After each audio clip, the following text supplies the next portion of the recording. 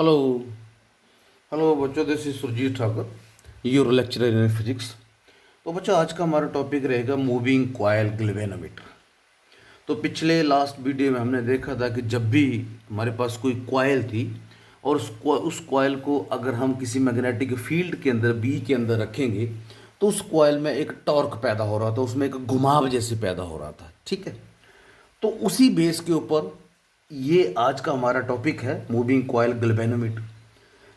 तो ये मतलब वही तरीका अपनाया जाता है इसमें कि एक कॉयल को जब किसी मैग्नेटिक फील्ड के अंदर रखेंगे तो उसमें एक ट्विस्ट पैदा होगा, एक उसमें घुमाव पैदा होगा, एक उसमें टॉर्क पैदा होगा। और वो टॉर्क कितना पैदा होगा, उसी बेस के ऊपर हमने एक इक्विपमेंट बनाया, मूविंग कॉयल गैल्वेनोमीटर। तो पहले आपको ये पता होना चाहिए कि मूविंग कॉयल गैल्वेनोमीटर होता क्या है। ये एक ऐसा डिवाइस होता है which is use to measure small electric current flowing in the electric circuit. Okay.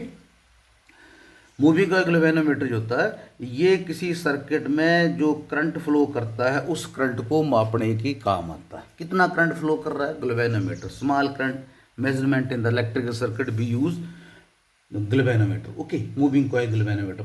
तो इसका प्रिंसिपल इसका ये है कि when the current carrying loop, जैसे लास्ट वीडियो में हमने किया था, when the current carrying loop और coil is placed in the uniform magnetic field it experience a torque. सीधी सी बात जो आपको लास्ट वीडियो में दिखाया था कि हमारे पास एक कॉयल थी और कॉयल को जब मैग्नेटिक फील्ड के अंदर रखा होगा तो यहाँ पे अपोजिट फोर्स इन एंड्स के ऊपर पैदा हो रही थी, यहाँ पे फोर्स ऊपर को पैदा हो रही थी, यहाँ पे फोर्स नीचे को, यहाँ पर फोर्स अंदर को हो सकती है, तो यहाँ पर फोर्स बाहर को हो सकती है। तो जब इक्वल एंड अपोजिट फोर्स दो एंड्स के ऊपर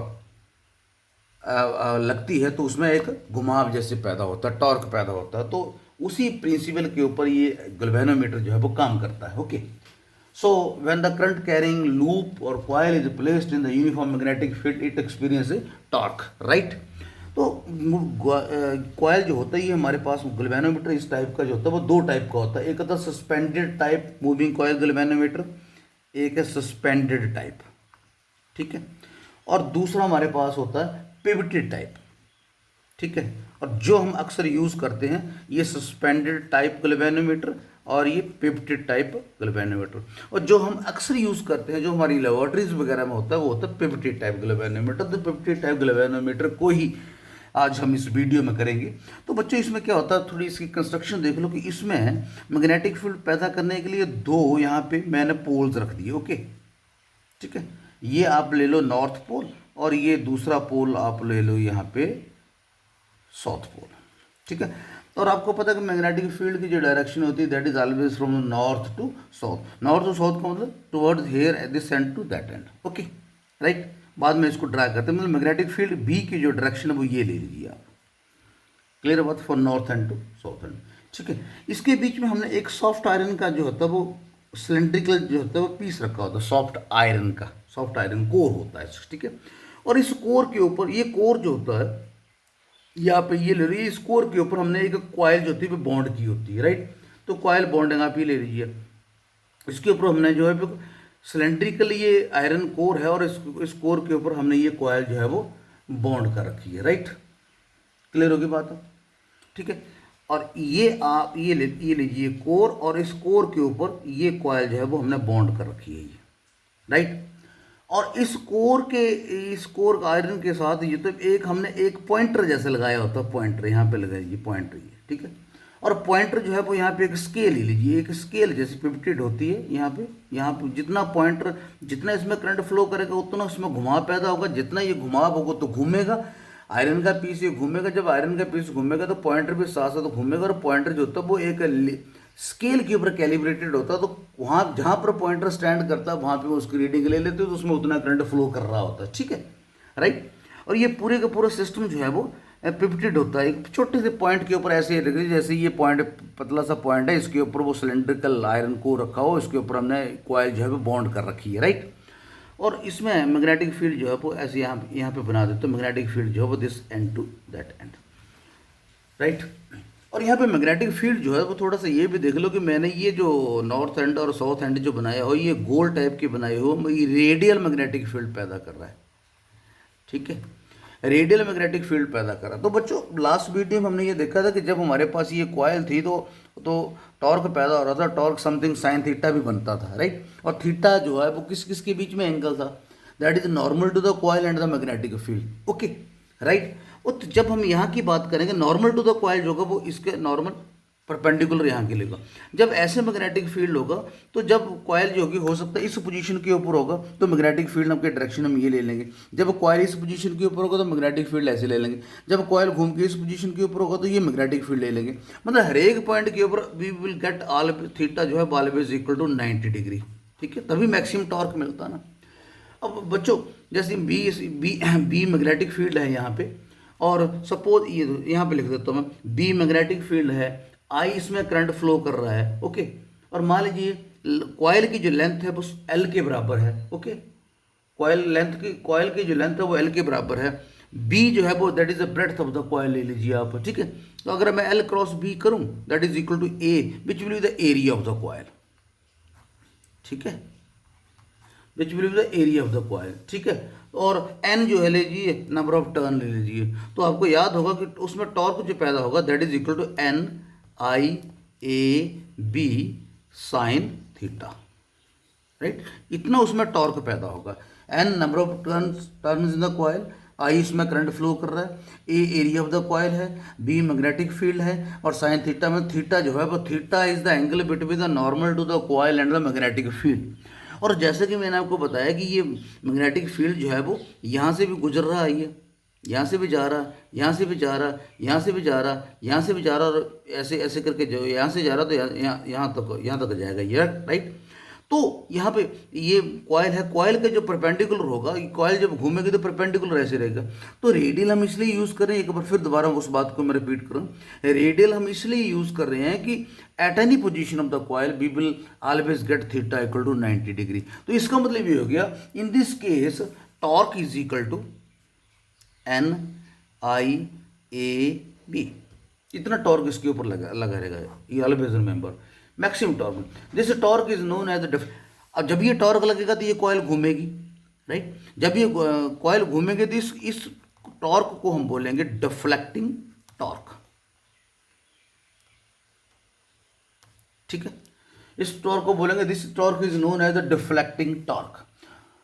चलिए यहाँ तक तो शायद आपको बच्चों क्लियर हो गया होगी बात कि इस कॉइल इस टॉर्क को हम बोल रहे हैं डिफ्लेक्टिंग टॉर्क। ये ऑलवेज रिमेंबर थीटा 90 डिग्री आएगा, थीटा 90 पुट करेंगे it in every position of the coil, तो टॉर्क हमेशा इसके ऊपर N I A B maximum ही लगता रहेगा, राइट। तो बच्चों एक चीज़ और बड़ी important, as the coil get deflected, जब ये कॉइल डिफ्लेक्ट होगी, स्प्रिंग जैसा होगा ना, जैसे स्प्रिंग एक पॉइंट के ऊपर बंधा हो रहा है ऐसे ऐसे होगा, जब ये घूमेगा तो स्प्रिंग में क्या पैदा होगा, आपको याद होगा स्प्रिंग में क्या पैदा होगा कि रिस्टोरिंग फोर्स जैसी पैदा हो जाएगी स्प्रिंग में। तो देखिए सुनिए फिर, जब ये कॉइल डिफ्लेक्ट करेगी तो ये स्प्रिंग जो होगा इट विल गेट ट्विस्टेड। जब ये कॉइल डिफ्लेक्ट करेगी, कॉइल ये घूमेगी, इसमें टॉर्क पैदा होगा, तो स्प्रिंग क्या करेगा, ये स्प्रिंग में ट्विस्ट पैदा हो जाएगा, राइट। स्प्रिंग जो होता है वो ट्विस्ट हो जाएगा, और जब ट्विस्ट हो जाएगा तो इसमें रिस्टोरिंग टॉर्क डेवलप हो जाएगा। रिस्टोरिंग टॉर्क क्या होगा, जो इसको रिस्टोर करने की कोशिश करेगा, दोबारा अपनी स्टेबल पोजीशन के ऊपर जाने की कोशिश करेगा, राइट। जितना ज़्यादा टॉर्क पैदा होगा उतना ज़्यादा उसमें वो रिस्टोरिंग टॉर्क पैदा हो जाएगा, राइट। तो मान लीजिए के जो है वो रिस्टोरिंग टॉर्क है पर यूनिट ट्विस्ट, एक यूनिट ट्विस्ट के लिए के रिस्टोरिंग टॉर्क वो होता है ना स्प्रिंग कांस्टेंट वगैरह, आपको याद होगा हमने किया होगा, जब स्प्रिंग जो है वो ट्विस्ट करता है तो उसमें रिस्टोरिंग कांस्टेंट जो है वो स्मॉल के से इसको डिनोट करते हैं। अगर के restoring torque per unit twist है और मान लीजिए रिस्टोरिंग टॉर्क फॉर डिफ्लेक्शन 5, तो टोटल डिफ्लेक्शन जो है 5 हो रही है, तो इसके लिए तो इसमें कितना घुमाव जैसे पैदा हो जाएगा, स्टोरिंग टॉर्क कितना पैदा जाएगा, इसको टॉ डैश ले लीजिए आप, ये टॉ है, ये टॉ डैश ले लीजिए, that will be equal to K, एक यूनिट के लिए के, और टोटल डिफ्लेक्शन हो रही है 5। This is very important.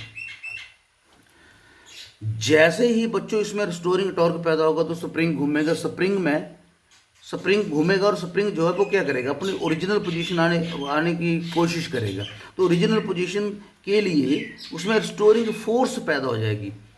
तो कितनी पैदा हो जाएगी, मान लीजिए के जो है वो restoring torque per unit twist है और टोटल डिफ्लेक्शन जो है वो 5 हो रही है, तो उसमें कितना वो रिस्टोरिंग टॉर्क पैदा हो जाएगा, torque dash is equal to K phi, जितना ये होगा उतना ये होगा, इसका मतलब ये होगा।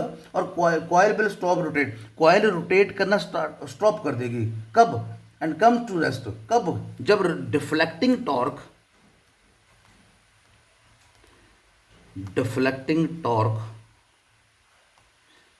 will be equal to restoring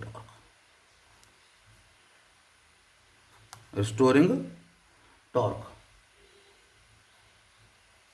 okay. मतलब tau will be equal to tau dash होगा, तब क्या होगा, कॉयल घूम के एक जगह के ऊपर स्टैंड कर जाएगी, ये पॉइंटर जहाँ भी स्टैंड कर जाएगा वहाँ पे ही आगे रुक जाएगा जितना करंट इसमें फ्लो कर रहा होगा। इसका tau is equal to tau dash, तो इसको इक्वल कर दो, बस हो गई है। NIAB is equal to K phi, right. तो यहाँ से आई कितना आ गया, आई देखिए आप, के फाई अपॉन NAB, ओके।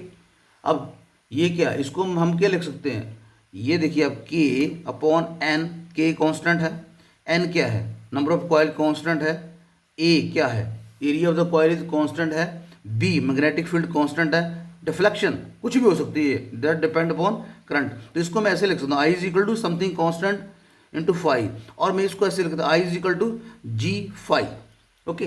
बस जी ले लो, जी क्या यहाँ पे, ये कैपिटल जी ले रहे हैं, ये चीज़ है, ये जी, इसको बोलते हैं गैल्वेनोमीटर कांस्टेंट। सो यहाँ से क्या कंक्लूड किया, I directly proportional to phi, यही तो है गैल्वेनोमीटर का मेन फंडा, कि आई जितना करंट फ्लो करेगा उतना डिफ्लेक्शन होगा, जितना इसमें करंट फ्लो करेगा उतना ज़्यादा इसको, इसमें पॉइंटर उतना ज़्यादा इधर को घूमेगा, उतना ज़्यादा इसमें टॉर्क जैसे पैदा होगा, उतना ज़्यादा इसमें डिफ्लेक्शन पैदा होगी। So deflection of the coil is directly proportional to the current flowing through it, बस यही मेन है गैल्वेनोमीटर। गैल्वेनोमीटर ऐसे काम करता है, जितनी इसमें ज़्यादा करंट फ्लो करेगा उतनी इसमें डिफ्लेक्शन होगी, ठीक है। और समटाइम ये भी आपको पता नहीं चाहिए why we use such kind of magnet here, radial magnetic field क्यों है, क्योंकि थीटा हमेशा 90 डिग्री लेने के लिए, राइट। क्लियर होगी बात आपको। तो ये हमारे पास 50 टैग गैल्वेनोमीटर का फंडा था सारे का सारा। तो 50 टैग galvanometer is very simple, which depend upon the principle कि जब भी किसी करंट कैरिंग लूप या कॉयल को किसी यूनिफॉर्म मैग्नेटिक फील्ड बी के अंदर रखेंगे तो उसमें टॉर्क पैदा होगा, टॉर्क के कारण ये घूमेगा, पॉइंटर अपनी जगह से जाएगा, पॉइंटर स्केल के ऊपर जाएगा, और जिस स्केल के ऊपर वो पॉइंटर रुक जाएगा वही उसमें उतना करंट उसमें फ्लो कर रहा होगा। और वो ये चीज़ है वो this thing is very very important कि डिफ्लेक्टिंग टॉर्क जो है और स्टोरिंग टॉर्क जब वो आपस में जब बराबर हो जाएंगे उस वक्त ये सुई जो होगी वो इक्विलिब्रियम में होगी, उस वक्त सुई जो होगी उस वक्त जगह के ऊपर स्टैंड कर जाएगी। ठीक है बच्चे, ओके, थैंक यू।